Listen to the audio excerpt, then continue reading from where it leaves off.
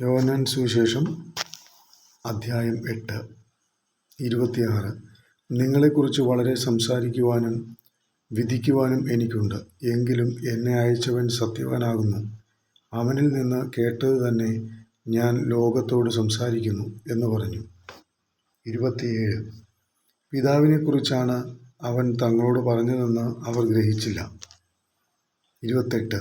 ആകയാൽ യേശു, നിങ്ങൾ മനുഷ്യപുത്രനെ ഉയർത്തിയ ശേഷം ഞാൻ തന്നെയാണ് അവനെന്നും ഞാൻ സ്വയമായി ഒന്നും ചെയ്യുന്നില്ലെന്നും പിതാവ് എനിക്ക് ഉപദേശിച്ചു തന്നതുപോലെ ഇത് സംസാരിക്കുന്നുവെന്നും അറിയും. 29. എന്നെ അയച്ചവൻ എന്നോടുകൂടെ ഉണ്ട്. ഞാൻ എല്ലായ്പ്പോഴും അവന് പ്രസാദമുള്ളത് ചെയ്യുന്നതുകൊണ്ട് അവൻ എന്നെ ഏകനായി വിട്ടിട്ടില്ല എന്ന് പറഞ്ഞു. 30. അവൻ ഇങ്ങനെ സംസാരിച്ചപ്പോൾ പലരും അവനിൽ വിശ്വസിച്ചു.